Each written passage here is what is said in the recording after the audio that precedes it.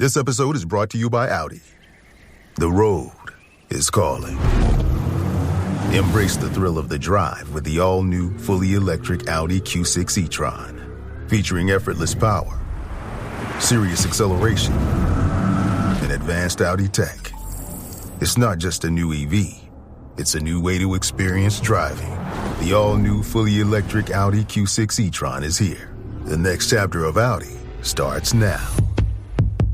I can say to my new Samsung Galaxy S25 Ultra, hey, find a keto-friendly restaurant nearby and text it to Beth and Steve. And it does, without me lifting a finger. So I can get in more squats anywhere I can. 1, 2, 3. Will that be cash or credit? Credit. 4. Galaxy S25 Ultra, the AI companion that does the heavy lifting so you can do you. Get yours at Samsung.com. Compatible with select apps. Requires Google Gemini account. Results may vary based on input. Check responses for accuracy. Hey, Fidelity. What's it cost to invest with the Fidelity app? Start with as little as $1 with no account fees or trade commissions on U.S. stocks and ETFs. That's music to my ears. I can only talk. Investing involves risk, including risk of loss. Zero account fees apply to retail brokerage accounts only. Sell order assessment fee not included. A limited number of ETFs are subject to a transaction-based service fee of $100. See full list at fidelity.com/commissions. Fidelity Brokerage Services, LLC, member NYSE, SIPC.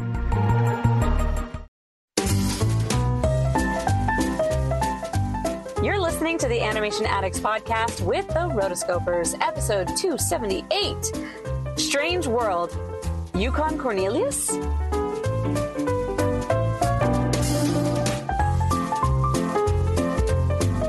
Welcome to the Animation Addicts Podcast with the Rotoscopers, the #1 place to get your animation fix with animation addicts just like you.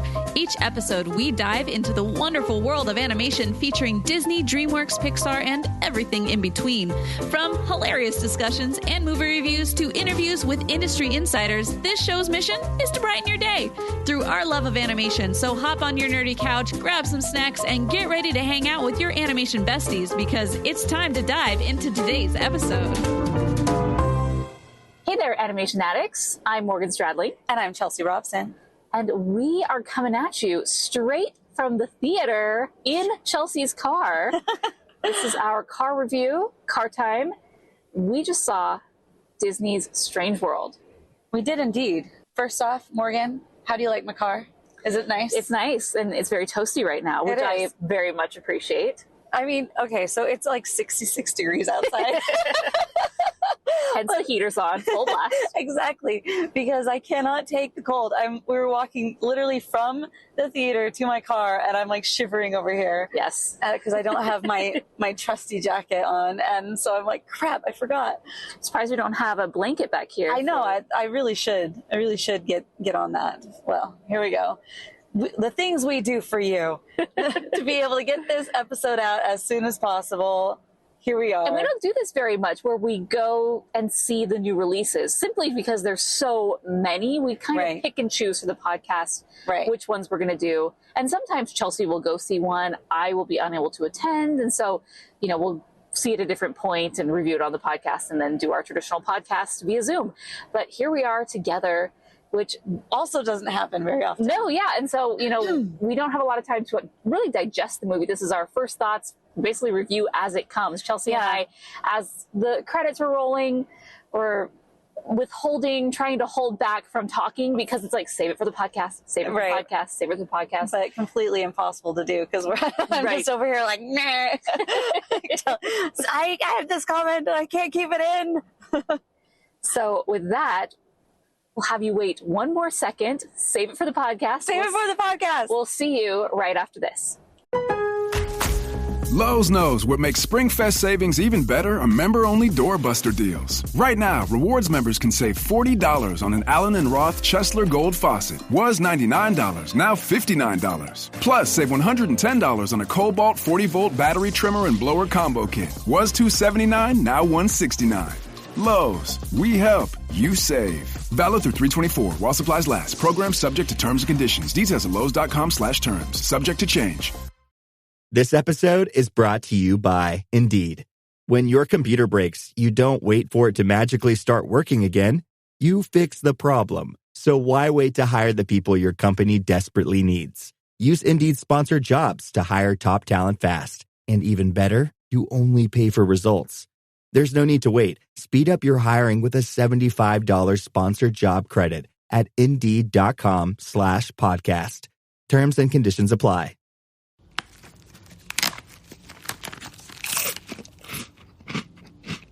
Uh-oh. The last cookie. You can get a new box of cookies in as fast as an hour with Walmart Express Delivery. Are you my guilty self-conscience? No, I'm the voice offering you promo code EXPRESS for free delivery on your first order. Hey, who ate my cookies? You mean, these cookies? Order now. Welcome to your Walmart. Promotion valid for first express delivery order. $50 minimum subject to availability. Restrictions apply. Prepare yourself for a journey beyond what is possible. Walt Disney Animation Studios proudly presents Strange World, a new motion picture event. Brace yourself! Travel past space and time to a place of infinite mystery, unlike anything you've ever seen. Where in the world are we? What in the...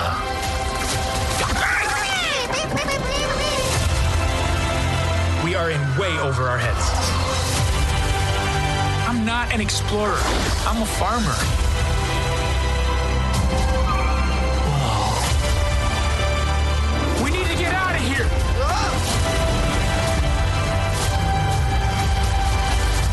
If you want to back out, this is the time to do it. Really? No! Messing with you. Come on. Let's make history.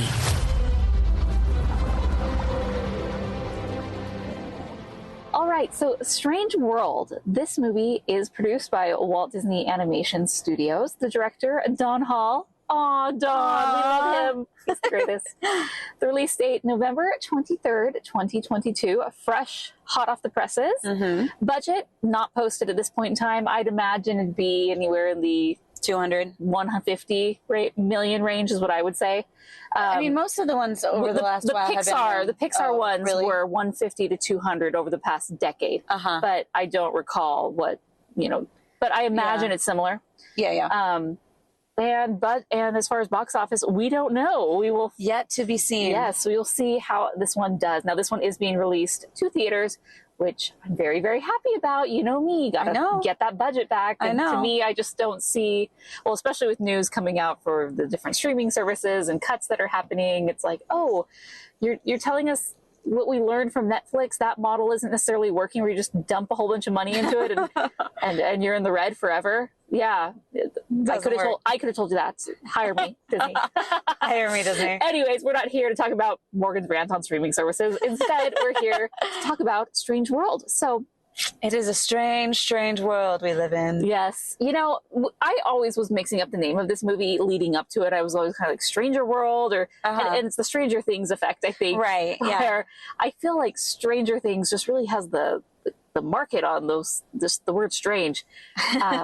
So that's fine. Eventually I got around to it and I started calling it by the proper title. Uh-huh. I just think the title is a weird title for me. This was a weird movie coming into it. The first trailer I saw, it was like, I don't know what I'm watching. Mm-hmm.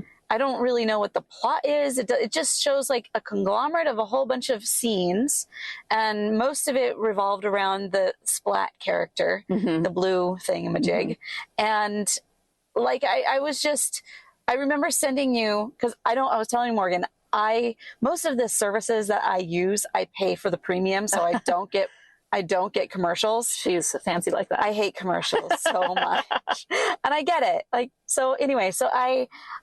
I never get commercials on YouTube. I never get commercials. The only place I ever get it is on Instagram. Mm-hmm. And so this one popped up and I was really confused because it didn't seem like a Disney film, like just from the view of it. And so I sent it to you and I was like, what is this? Yeah. I don't even understand. Because it just didn't seem very catchy. Yes. So all of us already, I'm not sure how well this is going to do in theaters, because I don't know if people are going to see the trailer and be like, that's going to be amazing. Oh yeah. Instantly within the very beginning, you know, from what I saw in the trailer and the promotional materials and the first 15 minutes, it doesn't align to anything that I saw in the promotional materials at all. We eventually get there. Right. But I'm like, oh, this is a totally different movie than what I was going in expecting. And even then, what I was going in expecting, I wasn't sure because I thought that the trailers were really,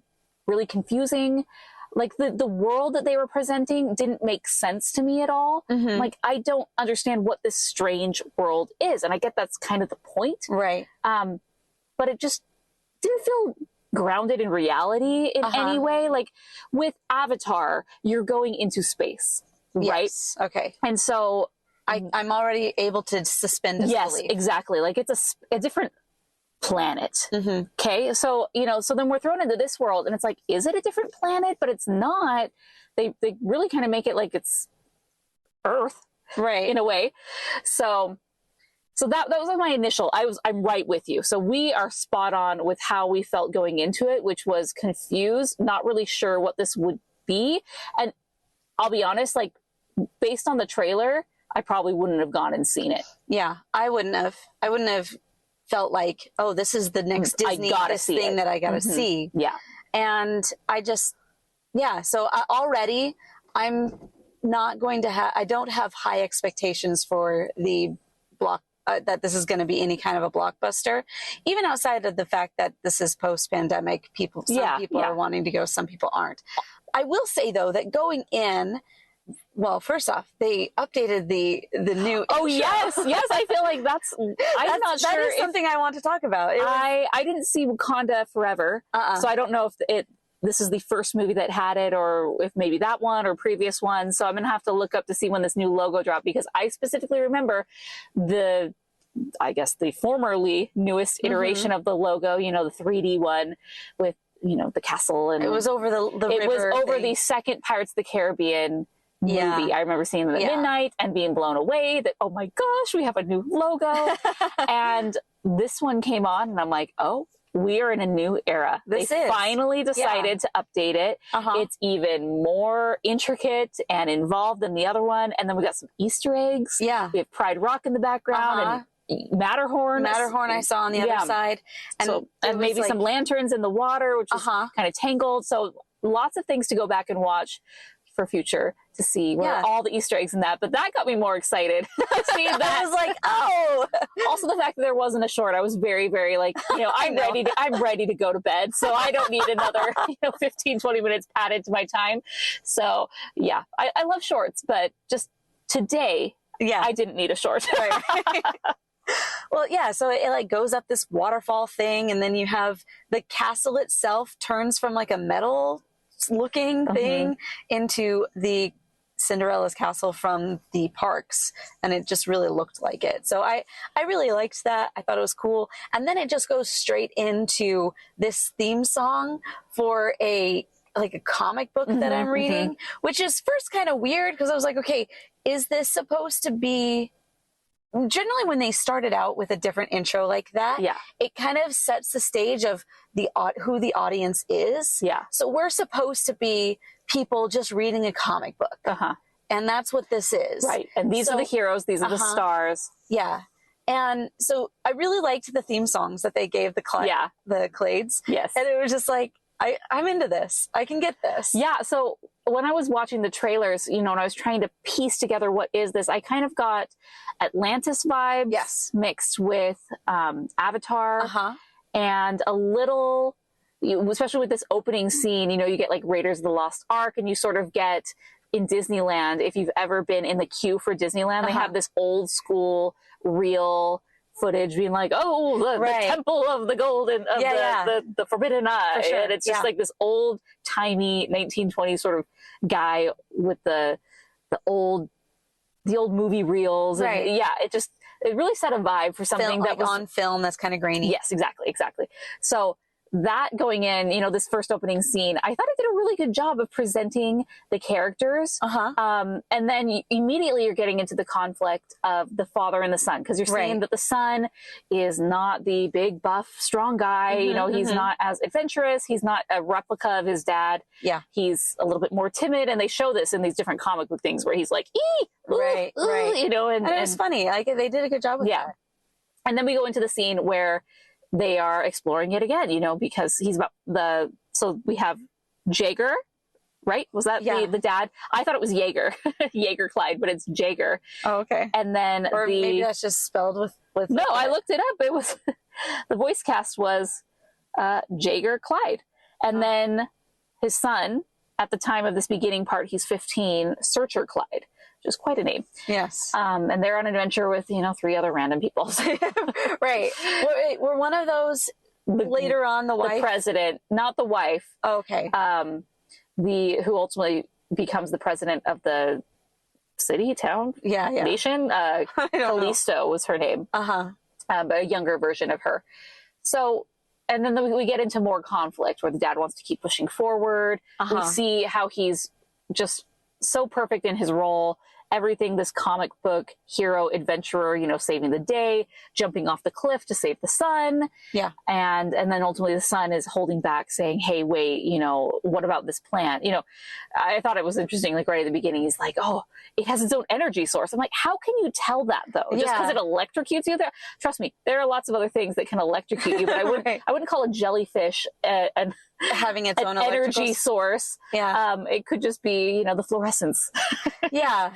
But he was right on with that call. And ultimately the different explorers side with him and say, hey, we got to take the benefit to society now instead of going forward for our own ego and, not checkbook, but, check off our list as far as what we're going to do. Was that what you got out of that? I thought it was more like, yeah, we might as well just stop now. Oh, no, I got it. It's like, we need to do this for the benefit of humanity. Okay. We should go forward, sure, but this can benefit society. Therefore, we must stop our personal inhibition, not inhibitions, but ambitions, for the greater good. Really is kind of how I saw that. Yeah, I just saw it as like, well, I knew that he was like, oh my gosh, look at this thing. Yeah. Let's do that. But then the rest of them, it was kind of just like, he's right. Yeah. We're a bit traumatized after what just happened. And, we're only 10 minutes into this. Right. Exactly. So they end up taking this plant down off the mountainside. Yes. And at this point in time, there's this big fight between the dad and the son, and the dad decides, I'm just going to keep going. And he hands him his what is it called? Compass. The compass. Yeah. So he hands him his compass and he's like, you're going to need this to find your way home. I thought they were going to do something with that as far as yes. Like, this is your, like, coming back to me, home, use it to find him. Because it had the picture of the family in there. Yes. So I could tell that they were going to do something about like, this, like, unity of the family. Let you find your way back to us kind of thing. But it wasn't really shown, like, what was the mom doing? Like, she was just kind of... Yeah, she was a non-entity. Yeah. The entire time. Right. Until the very, very end. Okay, that whole storyline just... We'll get there. Will we get there? We will get there. Oh, my goodness. So they end up going off, and he goes off into the mist. Yes. He gets mad, and we never see him again. He doesn't turn back. There's no forgiveness, no moment. We're kind of going scene by scene with this, but high level concepts. There's this theme of father and son, and it's a father-son story. Which I was glad that they did that, because I've been in other movies where they don't have like a personal, there's not a personal stakes involved. It's not a character driven story. It's a action driven story. And when you're looking at the best stories, you want to know, you don't really care what happens. You care why it matters to that person.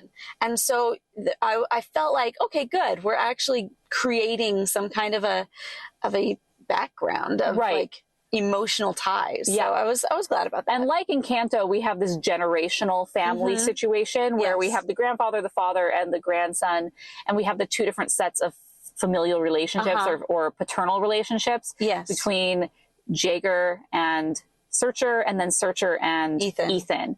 And how they kind of mirror each other in different ways.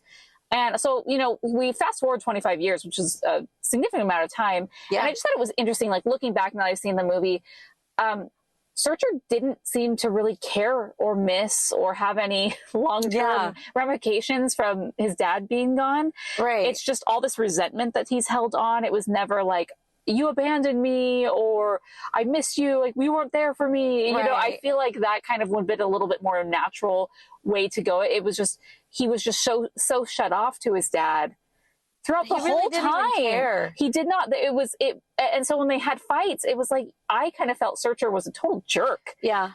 Later on when they meet back up, because it just, he's your dad, you know, and I understand that people do bad things and, you know, you don't necessarily have to forgive them always. But it just didn't feel realistic that it's like, oh, you know, dad went his way and I went my way and I never saw him again. And like, life's great.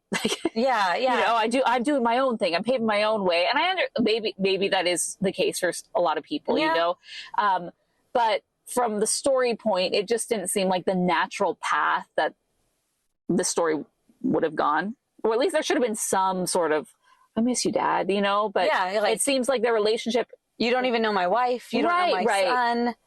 We don't have that connection there. And I'm going to be comparing this back to a Goofy movie a lot, because I feel like that was the other one. Yes. It just does one of the greatest father-son transformations and kind of the road trip story and how they get there and how the conflict that they have. And with Goofy, you know, he kind of wants Max to be a version of him. And Max is so different. And it totally works in a Goofy movie because Goofy is like literally a cartoon character. He's just so weird. And Max is kind of like this modern kid. Yeah. So you can really see the stark differences between the two and how they, you know, when they're in the car at the very beginning of the movie and they're arguing over like, hopes we've got, you know, that's what Goofy wants to listen to. And then Max wants to listen to like rock, you know, metal. They make it very clear the differences between the two. And in this one, it was like, well, you're an adventurer and I'm a farmer. And I understand like those are totally two different worlds. Right. One wants different worlds. Right. But one wants to stay home and do their thing. Yeah. Internally, exactly. And the other one is much more external driven. So he's become like a celebrity or kind of a savior in the world because he brought this energy source. And I'm like, oh man, here we go again. Yet another movie that's fighting over the energy source. How many superhero movies do we see where there's some sort of energy force that's going to either save the world or destroy the world, exactly. You know? Right. You know, and so here you know, as soon as this energy source is introduced, I'm like, okay, they're not just going to leave it at this. No. And they did not. So. Oh, no. I'm just going to be right honest at the beginning. I feel like this movie was one of the most complete versions of propaganda that I've seen in a really long time. And it's just like, all you really needed was Captain Planet to come out. For sure. At the very end. Literally heart. I know. At the end to get the heart beating again. Heart. Well, I thought at the end, you know, when the heart had died, essentially, you know, we needed basically a defibrillator we need the energy source to bring it back, and you know, it would have been so just classic, I guess, for you know the tears of the one who was the feeling. He literally, if you were to give Captain Planet powers to each one, Ethan was heart, you know, for him to be crying over the heart and then his tear to go down and to like, you know I was what? waiting for the tear. Yes, the tear needed to come and it didn't come. And I was like, oh, it's so stereotypical. And like, I feel like I needed that. Yes. It was such a missed moment. I mean, so cheesy. Like, the critics would have just been like, oh, are you kidding me? Right. But then when you teardrop. didn't give us the fact that you didn't give us this, it means my heart broke right there. Right. Come on. You were so close. The fact that they're using this energy source. So basically it's like he's come in, he brings in, he plants this energy source, as he would call it, which is like, okay, is this a message of basically over nuclear Brussels sprouts? Right. Which goes back to our one conversation. We were like, our favorite vegetables, and was like, Brussels sprouts really are my favorite. One of the king of all vegetables for sure. They really are. So that's what made me laugh too. I was like, Morgan.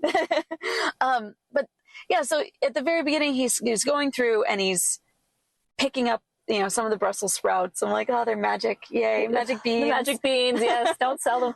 Don't sell your cow for them. Yes. But I guess these are now like little things of energy. They're just little literal balls of energy that they can battery type things. Yes, like batteries that they shove into everything and somehow also creates technology of, planes that are able to fly without motors. Cart and wagon at the very beginning, and that was actually a really funny gag I really liked, where he was trying to fix his wagon wheel and he's going about it and the horse just walks off. He's like, oh no. Yeah. And I have to say, I've been in that situation before where I'm just like, crap, come back here. Yeah. That's so great. I was like, I feel this. I mean, the solution to the problem for the energy is nuclear power. Let's be real. Yeah. The amount of nuclear waste for decades you can fit into basically a tin can. Yeah. And it's safe, it's reliable. Now, I think everyone looks at things like Chernobyl. Right. And now, suddenly nuclear power is off the table, but it's like, okay, we're not going to do it like the Russians did it, okay? I mean, it's Mr. Fission from like the Russians did it. I was like, come on. We have power plants in the U.S., FYI. Right, we do. So, that really is the solution. But for some reason, no one wants to go there. They want all these other ways. Well, so I guess like the thing is like, so over drilling is kind of something that they would be comparing that to in our days. And the fact that it's made our lives so much better, but we're going to sacrifice our lives for the heart of Mother Tafiti, Earth. basically. Like, Don Hall, he's going back to, he co-directed Moana. He's like, well, and Raya the Last Dragon. So he's like, you know what? This Tafiti character, she was real great in Moana. Let's bring her back. Right. And you know what? In Raya the Last Dragon, he had all these extra character designs. Yeah. Like, bring him back. That's what it felt like too when they were doing it at the credits at the end. They're like throwing up random creatures that were never part of the movie. Yeah. I was like, where did these None of these creatures had from? eyes, and then in the credits, they're showing these creatures that have like Looks faces like and monsters. Yeah, totally. And I'm like, what? That was not what I saw. Okay, going to character design. One thing so overall, my thoughts for this film is very disjointed. It was all over the place, and going to character design, I felt like the characters, there was two different sets of characters from two different character design, philosophies. The first one was the Clade family, and also the new Clade family, where they had these big bulbous noses. They had these very cartoony eyes. Jagger specifically was so Chuck Jones, over the top, squash and stretch.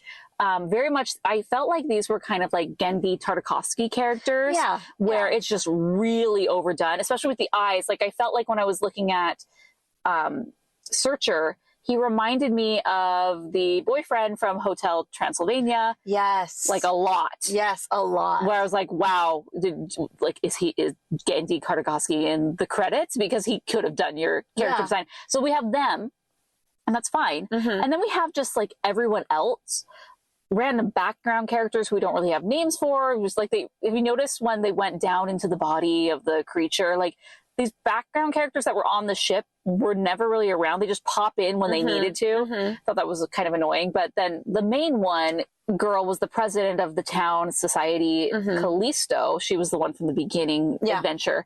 And she was this other set of character designs that were more grounded in reality. Yeah. They had more realistic faces and, based on different cultures, that you could kind of tell that they weren't the cartoony versions. Yeah. And literally, I feel like Callisto. She felt very Raya. Totally Raya. Yeah. I was just like, you could have been the sister to the one girl with the shaved head from Raya. Yeah. Like, I get you. Yeah. And I didn't love that. I felt like it really took me apart. It felt like I was watching like just a mashup of maybe two different movies. So that's that. It ultimately, like, they either need to all be cartoony or all not. So I'm not sure why they chose this one or the other. So leftover character designs. I don't know. Leftover models that they already did. I really liked this one. Okay. Yeah. So you're looking at the relationships between everybody. Like Meridian, was that her name?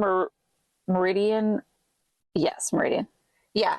And I loved her. Yeah, I thought she was really great. Me too. I thought it was classy and classic. The fact that they're like dancing and kissing or whatever, and then the son is just like, ew, stop. And they're like, what? Every teenage girl likes to see their parents. Yes. And I'll be honest, like, you say no, but you really do. You'd rather have that than the other. Yes. And so it's like, you just than hating each other. Exactly. I did like we're all sitting around dancing and like making dinner thing. I thought it was weird though that she was leading. Oh, I didn't notice that. Yeah, I noticed that. She was like the one spinning him and actually leading in dancing. I was like, okay. Of course. Whatever. Well, then there was the one moment where Ethan was putting some like salt into the pan, and it's based off the meme where the guy's like sprinkling a little, where he has his arm like tucked up like in the swan pose where you're like, it's like biting. Yes, the biting swan. We all, you know what I'm talking about. Yeah. And he was sprinkling a little. I was like, oh yes, I caught that. So I caught that meme. Yeah, the family was great, and I really liked the dynamic that they had, and they're working together, on the old farm. Yeah. So I'm glad to see in this society, farmers still are able to make a substantial living. Well, I guess when energy is what you're harvesting, there's big money in energy. Right. Nowadays, the small family farmer is not a thing, and it's being corporatized, which is such a bummer. It is. Except, so I used to work at a bank, and there was this guy that would come. I worked at the business side, so the business window.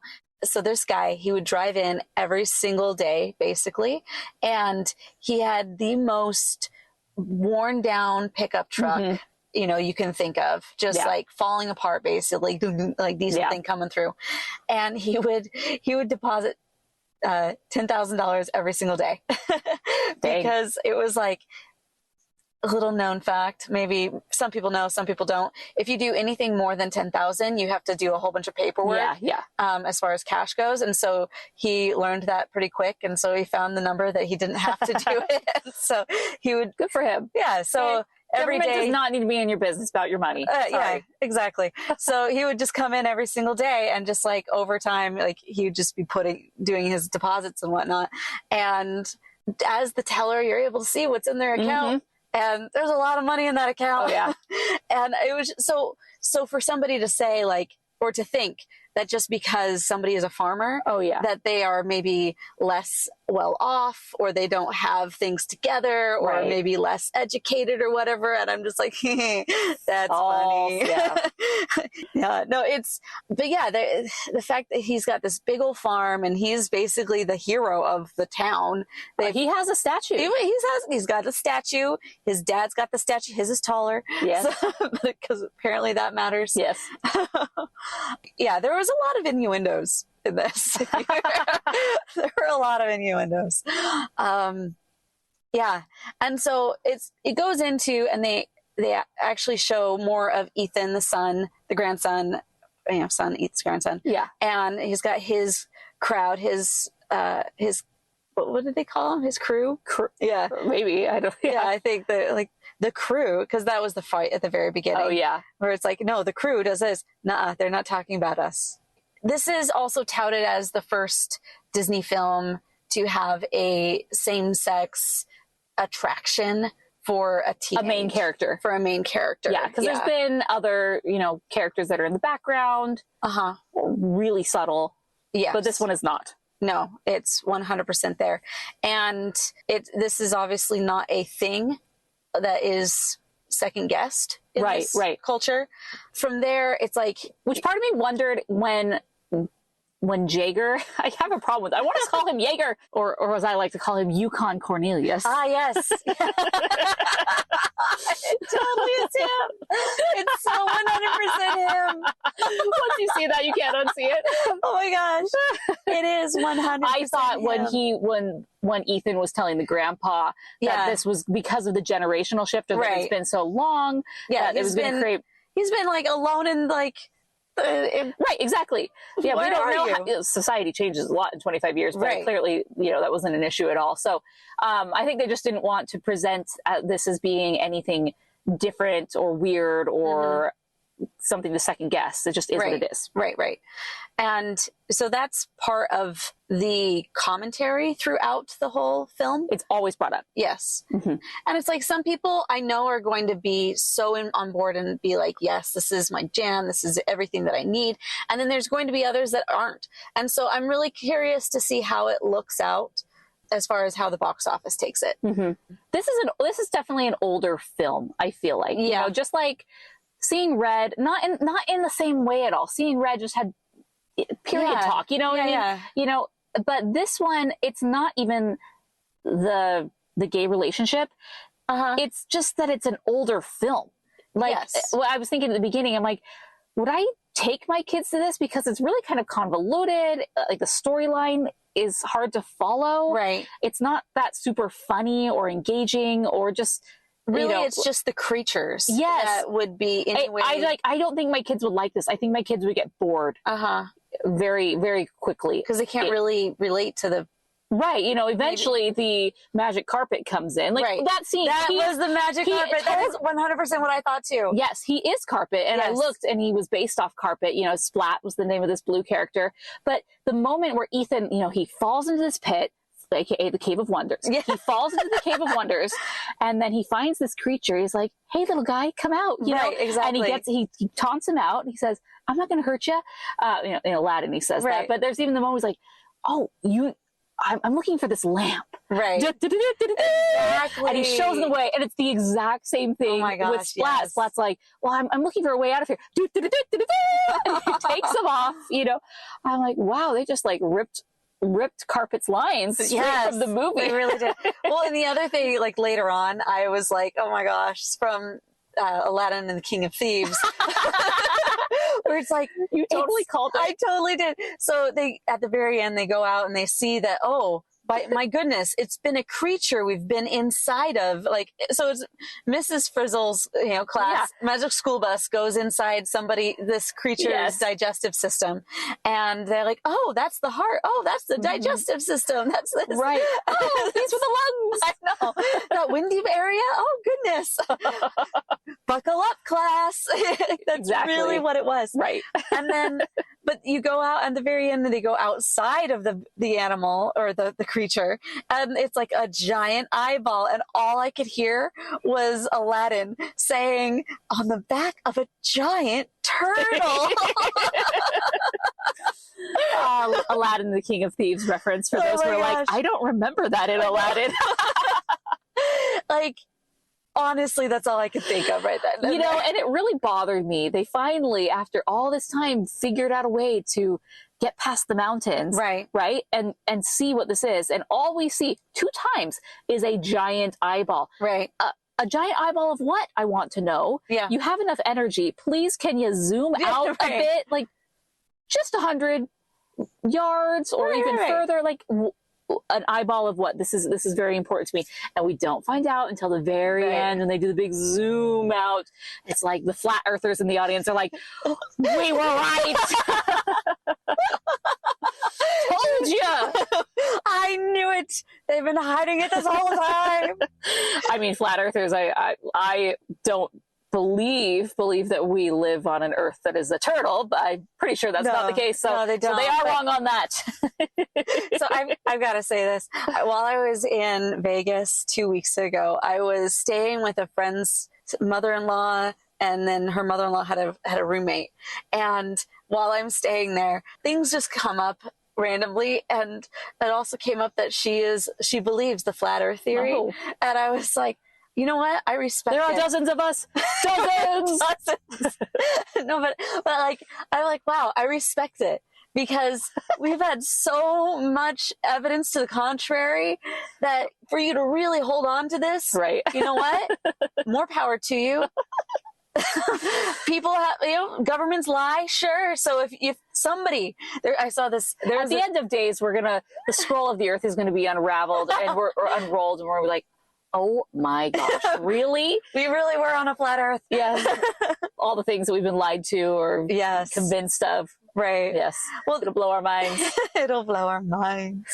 I mean, it was just amazing. And then some were like, yeah, that person's totally wrong. I told you. Oh, right. Exactly. I told you, Phyllis.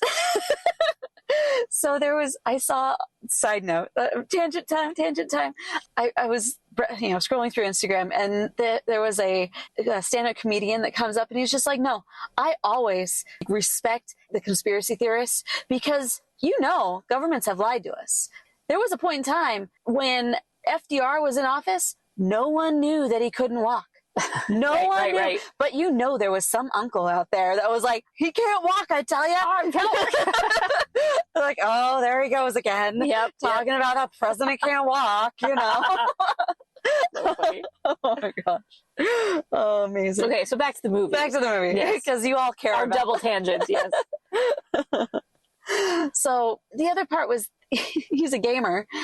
Ethan is not a video gamer. He's a board gamer. He's a board gamer. These are two very different groups. Mm-hmm. The game that he's into is kind of a Settlers of Catan / Dungeons and Dragons combo.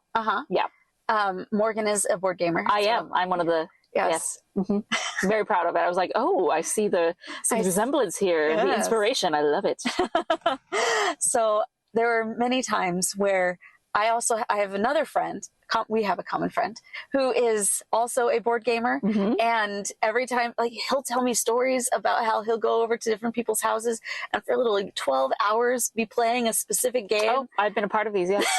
I'm just like, I'm impressed. Mm-hmm. That is an impressive commitment to that game. So congrats. I mean, people wouldn't bat an eye if someone said they play a video game for 12 hours shooting whatever. Right. Or even just, I played Zelda for 12 hours. That's just moving your thumbs, This is full body, you're moving. Right. I'm like, why is it such a weird thing that I'm in person with other people playing a game? So what? Okay. At least I'm in the flesh. Yes. All right. Good job. So good times. There was a point in time where he starts playing the game with his dad and his grandpa. Yeah. And neither the dad or the grandpa can figure out how to win the game because, and he's the only one. And this was the other part that was like, okay, here's the message of the story. Yep. I like trees. Yes, I like trees. We have to be able to live within the system. And that's the thing is I have a very firm belief that we should be great stewards of what we have. And that idea of being able to live within the environment and use the environment well, and also not use things that aren't natural. I like the fact that there are real, organic things. That was one of the things that you've noticed too, is that whatever they're building, they're not organic farmers. Oh, at the very beginning, there's dust cropping or crop dusting at the very beginning. I was like, really, in 2020 we're promoting crop dusting? But it's because forever stuck in 2020. Because it seems like there is a natural shift, especially in a lot of the health communities away from the pesticides. And we've realized, this is actually really damaging for us. It causes cancer. And these big corporations have been making money off of it and they don't care that it's killing people, blah, blah, blah. Right. And so I was like, really? I'm surprised that this crop dusting thing, that they included it. I'm fine either way. It's like smoking in movies. Yes, we know smoking is bad. I don't care. I don't care if someone is smoking in a movie. You know what I mean? I thought it was interesting. Okay, but it's because it was very clearly tied to a plot point to save the day later on. Right. Yeah. I did respect her for being the flyer. Oh, yeah. She had 3 things that were important to her. Yes.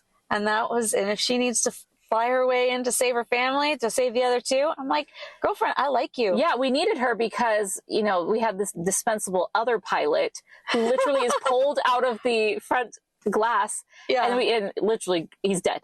Yeah. And we just yada that, but he died. So, rest in peace. Random guy that obviously was disposable, meant to die.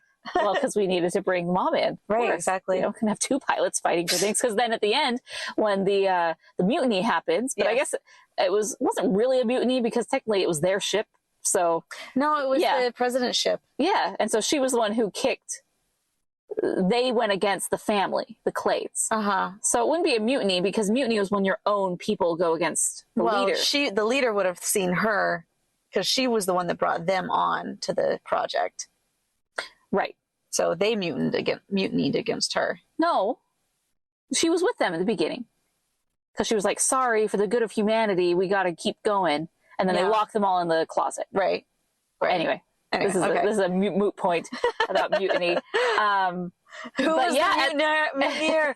But we'll call it a mutiny. We'll call it a mutiny, whatever it is. It wouldn't have worked out if it turns out, hey, well, we still have our pilot, so we really don't need her. But then she became extra necessary when no one could fly the pilot. Right. And that random dude that was, I didn't love him. He was really over the top and just so unhelpful. I'm like, what does he provide? He's like scared of everything and just. What is your job here? I don't know. You had one job, and that was to take care of the kid. There were 3 or 4 background characters that just, and then at the very end when we're looking at the eye again, there's another kid. There's like a younger kid that was there, and I'm like, who are you and where did you come from? I literally have never seen you. We've been hanging out with the rats in the bottom of the, I don't know. So yeah, that was a weird thing. There were so many throwaway characters in this one, and as well as I mentioned in Lightyear, they always have this, like at the very beginning, they have random characters that you never see again. Yeah. Like in Lightyear, you had the rookie that is literally there just to be dumb, and then you never see him again. And here you have the cartographer. I liked him, and I wish they would have brought him back because he was like, "I'm a cartographer. That's what I've trained for." I'm like, no, that's not your job. Yeah, I just feel like, why couldn't you have brought in those characters again? Like, well, I think of Atlantis and that crew in Atlantis. Very much you get to know there's the doctor, there's this person, there's a mechanic. Like they all have a purpose, right? And even though they're kind of background characters, as compared to Milo, they're there and they serve a purpose. But this one, I get it because it's like you don't want too many characters. And even when you look currently on IMDb, it only lists 6 characters. Now there are more than 6 characters when you look at the credits. It's not a huge voice cast, but I mean there were other people clearly that did these voices. But IMDb, since we're still seeing it before the movie comes out, hasn't fully updated as far as like total voice cast. But I don't know. I guess we have these random background characters that we literally they serve no purpose other than occasionally popping in here and there. We're not going to spend time on them.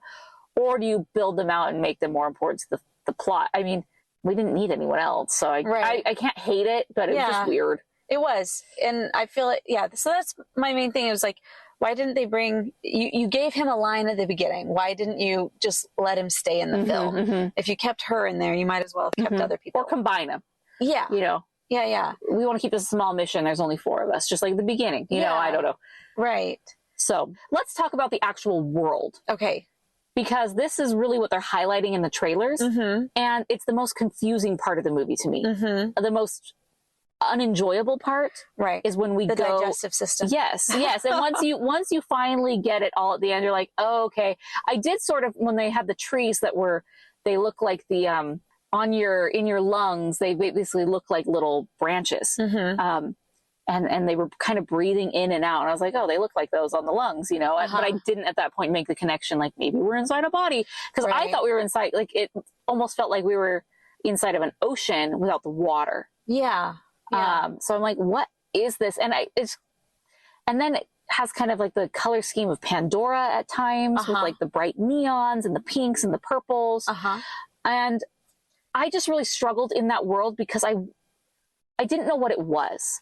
Because in the main world, it felt like a normal Earth with, this other element of the energy source. Then to like, oh, actually, we have this subterranean world that's just totally crazy. That's fine. But it just something just didn't click with me as far as the design of the world. Everything was weird. The animals I didn't love. None had eyes. And now I get why. Right. They were supposed to represent, like mitochondria and red blood cells and white blood cells and this and that, Okay, cool. So are you telling me that the humans are basically like dust mites on the skin of this giant creature? Yeah, that's basically what it feels like. Like, what's the creation story on this one? Right. Like, okay. I mean, it's kind of like there's just so many movies that they like pulled from for this thing. So the fact that you're pulling from. That I'm pulling from. Yeah. I guess I just watch a lot of movies. You can only do so. Well, there's no original ideas anymore. Yeah, so. they're not. But it's kind of like in How the Grinch Stole Christmas with Jim Carrey, where they're like on the back of it or on a snowflake the entire time. Oh gosh, yeah. And it's just like microcosm that your world is important, but then you step back and oh my gosh. Which, I mean, it's like, once again, it's the, Captain Planet situation where they're trying to like let you see Mother Earth has got this whole thing. It's paganism, but it's like, all right, on the back of a Tafiti, on the back of a giant turtle. That's our title. Gotta be. Well, maybe not, because it's like a huge spoiler. It is a huge spoiler. It's like literally the spoiler. Yeah. That was my least favorite part of the movie. Yeah. I don't know. I mean, but the majority of the movie is there. I just didn't. Everything felt so random. Mm-hmm. We got the animals walking around. We have this and we have that, and we have looks like sea anemones almost. And, then Splat, whatever he was supposed to be, and then the creatures that were attacking. Now it makes sense what those are, but yeah, it's like, why are they attacking them? Why are only those attacking? Mm-hmm, Why are these things the ones that build? And it's also you're showing. I know I can't think of anything but the other name. Yukon Cornelius. Yeah, Yukon Cornelius coming in with his flamethrower. What is he using to fuel? Power that? I know. I mean, that thing should have ran out of gas or whatever eons ago. I mean, I thought the same thing. What are you doing? How? That is the eternal flame. Like, yes. I mean, that is.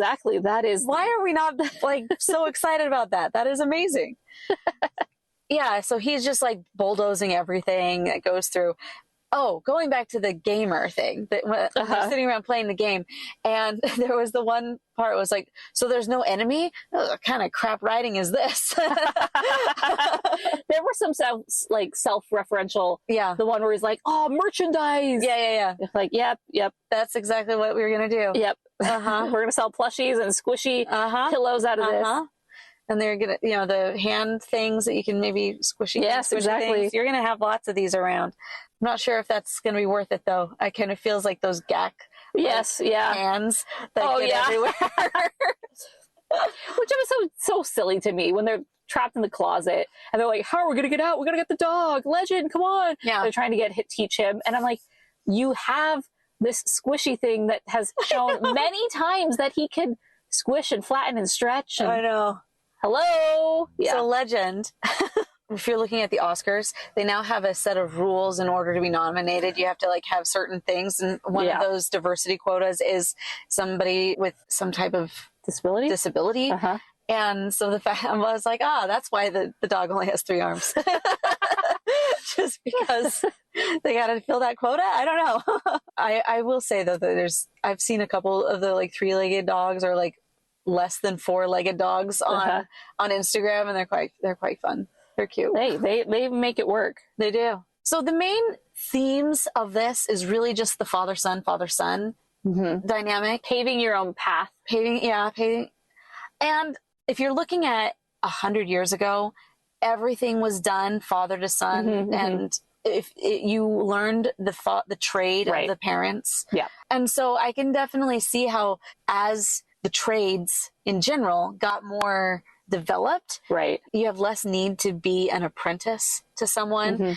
And so it's now everybody goes to college and they do their own thing and they can do whatever. Yeah. I grew up in a family business, so I know how that is. And I know how the whole thing is, but it's just I kind of feel sad though when the fact that they show that as being any type of a negative of You can't force this on me. When it's like, I learned so many things through my parents' business. So many things. Hard work being the biggest, I would say. And also just the ability to do so many different things, different parts of the business. And so I feel sad because he now has a really great skill, and he's probably going to be loaded. The fact that he's able to do all these things. But, the family farm, once again, going away. Well, that's why back in the day, we had bigger families. Yeah. And so you only needed one heir, basically, to take over, and everyone else could do what they wanted.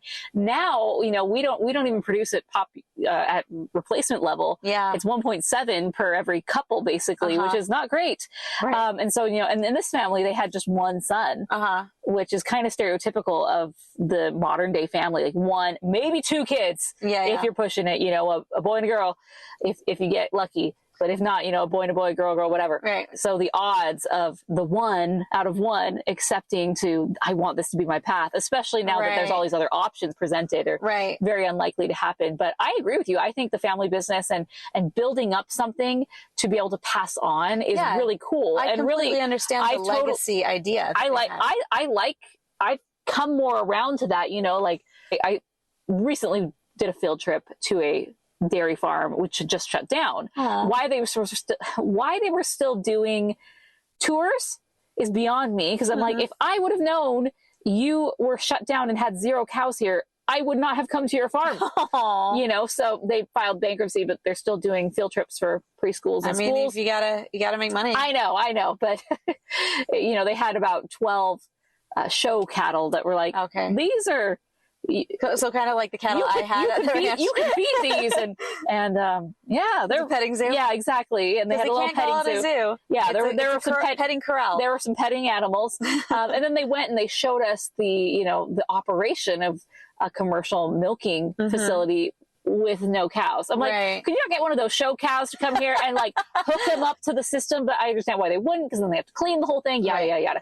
So, anyways, it was just it really brought home to me the idea of the small family farm is dead. Everything is corporatized, and these farms are being they're shutting down because they can't compete, or they're being bought out by these big corporations. And so, the idea that you would have a farm to pass on really isn't. I don't know. It's not like it used to be 100 years ago. Anyways, this is totally unrelated to the movie. It isn't, but and it just shows that. I guess it's just more the messaging that I was looking at. Is the fact that they had to choose one way. I mean, they couldn't have it both ways. They couldn't say, pave your own path, but then also live the legacy that I have set for you. Both are good in their own way, but you really have to choose one or the other. And that's why I think with the LGBT stuff, that they should have made that more of an issue, because then he would have had more opportunities to choose his own path. You know what I mean? Yeah. Because then he really have to choose, this is me, Dad. This is me. I don't want to be a farmer, but they really just focus on the farmer aspect. Right. I see both as being, they would be just completely different stories. Totally. I could go ahead and I could write a really great story. Maybe not a great story, but I could write a story. Wait, pat yourself on the back, Chelsea. I could write a story that would be 100% complete about, the family farm kind of thing, and wanting to continue in the legacy. And you can write an entirely different one on not wanting to. And so I think that we've seen a lot of the not wanting to follow. Yeah. And it would be nice to see one that would be like, no, I want to follow. I wanted to go this one path, and I came back and I not saw the light, but I saw the value in what had been created here. And I chose that. When I never thought that I would, you think of The Farmer's Daughter, it's a classic thing. There's a girl I follow from Survivor. She and her dad played together on a family season where, it was a father-daughter and couples or whatever. And she was the farmer's daughter, and he was the farmer. And, she went to college and does marketing now, and it's just, that's kind of that's the way that a lot of people want is I don't want what I had. I want you to have something else. And that's college and a big corporate job. And it's different nowadays, but anyway, one last thing I wanted to talk about, which I briefly talked about, was just the relationship between Jaeger and Searcher. These names, they don't roll off the tongue for me. They are just so hostile to each other. They got in fights a lot, and it was really difficult watching them because again, we didn't see that resentment bubble up for Searcher. Throughout the whole time, he was also like hiding resentment to his son. And every once in a while, his son in his mind would turn into his dad. And he was like, that was weird. Okay. Yeah. So we did get those moments. He always has the resentment, but he never has the sadness or the missing or, you weren't there for me moment. Just a lot of anger, which, it was interesting. And I didn't like it. I just felt like, oh, this is just kind of icky. There also wasn't any real change for Yeager either. Like he didn't, there was no decision of you're right, son. I mean, there was at the very end, and there was where he comes when instead of going his own path again, he comes back to save the day, I guess. But I mean, and then at the very so he end, changes, they're both looking out as opposed to looking at the thing. But I think there should have been something on Searcher's part where he gave in to the relationship with the dad. I didn't feel like I got that reciprocation. Like I was wrong as well. Yes, exactly. Because they both were. Yeah. It is very clear they both were. Yeah. So, okay. Anyway. We're going to talk about Searcher's mom. Oh, yes. Oh, gosh. So that whole thing is just, what? Oh, no. Yeah. Why did he, it was clear. It's been 25. He's like, it's been 25 years, Mom. Or Dad. To me, it was under the impression that she was married again. Why was he coming back with flowers knocking on her door? Yeah. I understand coming back, sort of the castaway situation where the wife has moved on and you need to meet them again so you can just close that chapter. Right. But I mean, coming with flowers, that's a very, I was listening to something, it's like stereotypes are helpful because they help to, in our mind, we can process information very quickly through a stereotype. Yes. And someone coming to the door with flowers is a stereotype of courting. Yes. Right? So that was the stereotype that was presented. And I'm just like, whoa, why? Have you been alone too long that you just don't have these social cues anymore? But he gave zero indication that he was weird. He was undomesticated. Right. It's like he hops right back into normal life and he's not like a weirdo. This definitely should be like a Jumanji. Yes. Robin Williams Jumanji.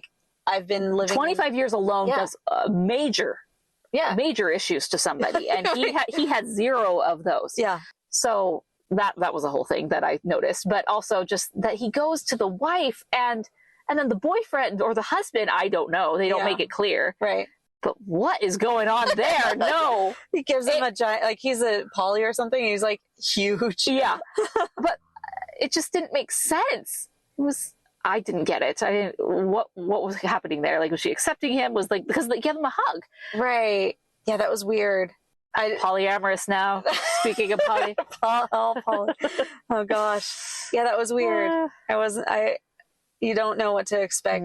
And that was, I think, one of the major flaws with this movie is that it was trying so hard to go along with these natural feelings that are around with the father to son situation. But they also had too many other things thrown in there that it really lost the plot. And I was actually, as we were coming out of the theater, you get to see and kind of hear what other press people are saying. And I was hearing a couple people say that same thing, that it was there was just so many plots and so many things happening that I really kind of got lost. Yeah. The word that I said to the guy was disjointed. There was too much that it was trying to be, if it would have just been the very beginning with the old comic book, the traditional adventure story and right. We didn't need the strange world, in my opinion. Yeah. We just needed a world. And it closes and it's shows you the cover of the comic book. Oh, fighting corruption from the inside. I was like, oh gosh, yet another eye roll. Yeah. Okay. So the very end, basically they realize that, hey, we have been farming. We're basically like a skin disease. Yeah. On this thing with these Brussels sprouts that we are our energy source. And it's taking all of its energy that it's causing it to basically die. Right. And it's like almost like plaque in the arteries situation. Yeah. And so, you know, we don't get our teardrop moment, save the heart sort of thing, but they break it off and it clears itself up. And it's like, oh, okay, cool. And the heart's back and the whole system is working together. And me thinking like, oh, okay, cool. I'm like, well, it took 25 years to get to this situation. We've cleaned it up. It's like on a very mild side, like a juice cleanse for the whole body. You know, we're going to clear out all the gunk and everything's going to be fresh and clean and starting new. And I'm like, okay, it took 25 years to just like, to get it to this bad point. Yeah. Start harvesting again, start planting. and in, you know, about 20 years, you know, you'll have to do a reset. You just, you know, you got to do your cleanse again, do your detox. And hey, the best of both worlds. Well, that was a weird thing at the end, is that they still had these, which that didn't make sense. So simultaneously, they had this super advanced energy source, but then also mechanically created, you know, things that can fly without propellers or motors. And so they still have that, but they're just, energy is sourced in a different way, I guess. Which we're not clear how that is. Well, yeah, I mean, so he comes back and he's actually a better farmer now that he's no longer only planting the one crop. Oh yeah, for year. Sure. That's better for that's much better soil. For the soil. More regenerative farming practices. These are the things that we've learned over time that we're like, oh, the things that our ancestors used to do. Yeah, right. Those were good. Right. Yeah. Mm-hmm. There's a reason why that just naturally happens that way. Yeah. The fact is, so they've now replaced it and started doing other fruits and vegetables or whatever. But they still have this power source, as you said, that we don't know where that's coming from, but you also do see the little green, like glowy thing. So they haven't completely taken this power source off. Well, yeah, the whole power source in general was weird because they come across it in those mountains, whatever that was supposed to represent. That's the only time we see it. I was expecting like, oh, we're going to see this inside the body growing. Yeah. No. So like it would just, they just happened to stumble upon some sort of disease of the creature. And then they multiplied it because they're a parasite. Right. Yeah. So cool. Yeah. Good times. So any last thoughts? We've gone through a lot of things about this, basically at an hour and 10 minutes. I kind of felt like some of the, you know, you mentioned Captain Planet, we talked the Lorax. It feels kind of like some of the 90s where, you know, everything was don't chop down the rainforest, you know, where there was just like a environment. The loggers. Yes, in the loggers with Fern Gully. Like the loggers. Yeah, you know, nowadays it's fossil fuels. Yeah. And it just kind of felt like, oh, we're back at the 90s, huh? Well, not that they, you know, environmental causes ever went away. No. They just always kind of shift. Have you noticed? Yeah. It's always the thing that was going to kill us, you know, in 12 years actually didn't. So crap, we were wrong. We got something else is going to destroy the world. So yeah, good times. It was the loggers. That was the problem. Is I felt that because of the energy situation, it was just too on the nose for me. Yeah, where I just had a hard time. Like, okay, you know, you're going to force feed us this message. Yeah, you know. I can learn for myself if I like trees. So to quote Chelsea way back in episode 5. Yeah, 3 or 5. Yeah. It's a classic. It is, yes, going all the way back. But also it's like Disney just in the last 10 years has just done really well at being a mass producer of giant frying pans they want to hit you over the head with a message with. So yeah, there we go. Yet another one. Yet another frying pan for your tool belt. So there was a frying pan at the beginning, and the food looked delectable. Yes. I really liked that they were using butter, or I'm sure it was vegan butter, but you know, I'm very much a fan of animal fats because they're very good for your body, opposed to vegetable oils, which are industrial waste that is very highly inflammatory. So he was using butter, and then he put that bread on the pan. It was cooking, and then you had the egg. I was like, I like this. So nice. I was a fan. I want to go make some of that right now. So, and the avocados, like, ooh, good healthy fats. Yes. Oh, yes. Good. Yes. So, Chelsea, what would you rate it? This has been a fun discussion. You being in person, I feel a different vibe. A totally different vibe. Yeah. I like it. We've discussed this before many times. Of every time we do something in person, we're like, "Wow, this is so much better. This is so much better." And then we're like, "Oh, logistics. We got to plan." Hashtag life. Yeah. Here we go. Okay. So what would you rate this film? I mean, 2.5 stars. Really, it's not something I feel like I'm going to go back to. It's not something that I feel like I really got any good vibes per se out of it. It was more just like, I just kept seeing the message. And maybe that's just me. And I'm just like overly hypercritical or hypersensitive. It might just be me. And so I'm just like, I don't want to, the message. And so you just see it all over, and I have a hard time with it. And so that's really one of my main reasons why I felt like they did a good enough job of trying to like create a cohesive story as far as like character driven. And I appreciated the character driven aspects of it and trying to create the family dynamics, and I can get behind that. But just my overall sitting vibe of like, what would I give this? It's like I give it a meh. So 2.5. All right. I've said many times on this podcast, one word that describes this movie is disjointed.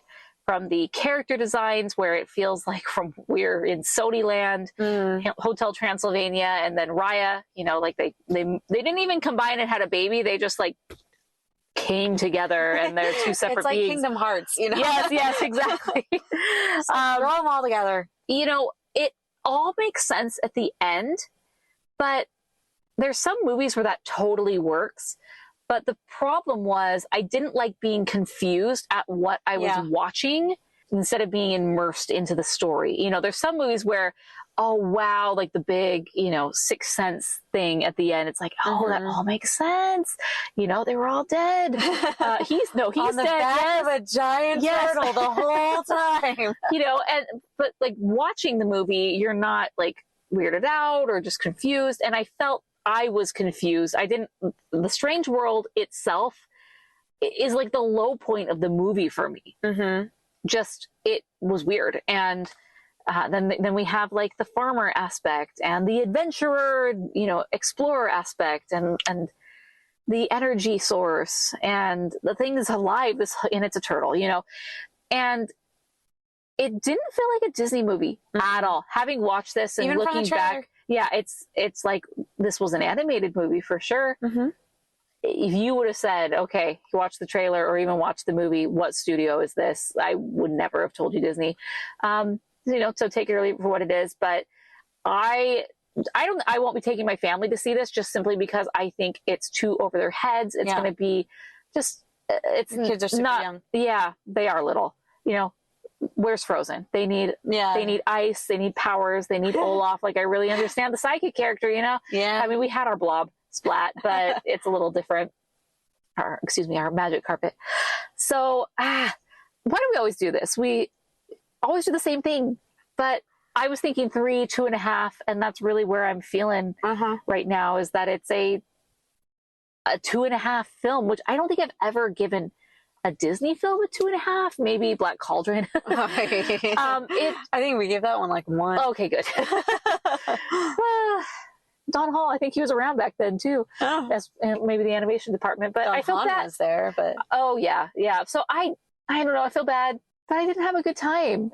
There were moments for sure, but at the end, looking back, I'm like, okay, yeah, I saw that, and I'm good. And I wouldn't recommend it. I know people are going to see it for sure. People are going to, Thanksgiving. And there's going to be a lot of people. Film. There's going to be a lot of people who really love it. Yeah, for sure. And so, like, we also are, way looking into things as far as the message and this and, being hypercritical, not necessarily in a bad way, but that's just like what you do on a podcast. Right. So about movies, but yeah, it'll be interesting to see how this does. It's interesting. We had Raya, which basically was a flop, in my opinion, as far as box office. But there's reason why box office, but also just as far as a movie goes, it just didn't. People didn't like it, And then we had Encanto, which just was out of this world crazy. Mm-hmm. You know, so I'm trying to look back at, you know, what made Encanto different. You know, obviously Lin-Manuel Miranda and his songs. The songs are so catchy and just had so much to do with it. There were a couple points in time where I felt like this really could have used songs. Yeah. We got one song at the beginning. But there should have been an I Want song where Ethan comes out. And nobody else but you. Exactly. You know, where they have this moment where they come together, and I kind of did. Yeah, so like there were moments where they could have made this a musical thing, and I think that it might have helped in some ways. Yeah, and I know that they weren't wanting to do it that way, but you know, you think of Encanto and it's Mirabel's story. Mm-hmm. You know, there's the family all around, and they all have. Whose story do you think this was? Searchers. Yeah, but at the same time, they also wanted it to be Ethan's. Mm-hmm. Yeah, and I guess that works. Yeah, you know, we have all three of them. The grandpa, but he's kind of he's just like a secondary character almost. Like he's a main character, but compared to those two, definitely more secondary. Yeah, I think it's Searcher's story. Okay, but maybe not. It is Searcher's story. I think it's Searcher's story, and he's it's relation. He's the only one that's he's there through the he's whole the tie thing. to the dad and the son. Yeah, and he has to learn to accept the son for his decisions and what he wants to do. Mm-hmm. Being in it, you know, following in his dad's footsteps, which he doesn't like, and also not repeating his dad's misses. Yes. So messy. Family relationships. Oh, so messy. So there you have it. Let us know what your thoughts are for this episode of the Animation Addicts Podcast, and specifically this movie, Strange World. This has been a very interesting one. This is so fresh. I don't even know, you know, what people are thinking. It'll be interesting what critics think. It'll be interesting what the audience thinks, what our audience thinks. So let us know. Go to rotoscopers.com/278. Give us your thoughts there. That's all we have for this episode. Until next time, we are the Rotoscopers.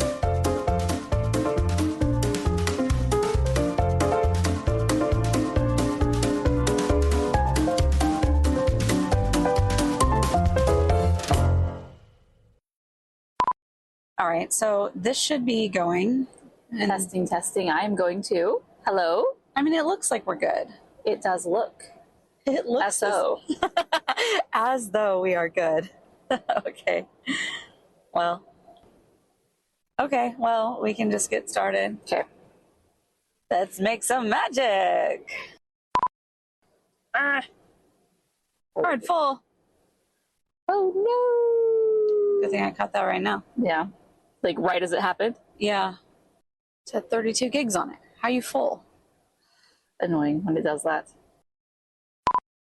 Okay, we're sitting here. And this truck is like backing up. Worst. Stop it.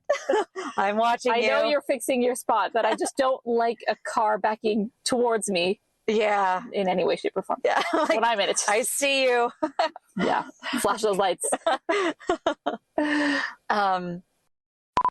Yeah, I just had a whole nother tangent come into my mind. I'm going to pass over it, though.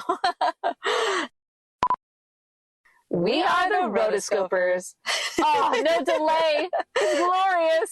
But the thing is, like, this with these, it's actually putting it right on the same thing. So it's like, we have to do this right. Oh. There's no way to go in and edit this one. Nice. Okay, so I think our title should be I'm Yukon Cornelius.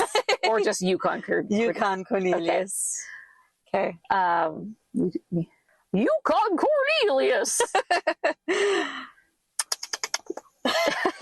licks the thing. Peppermint!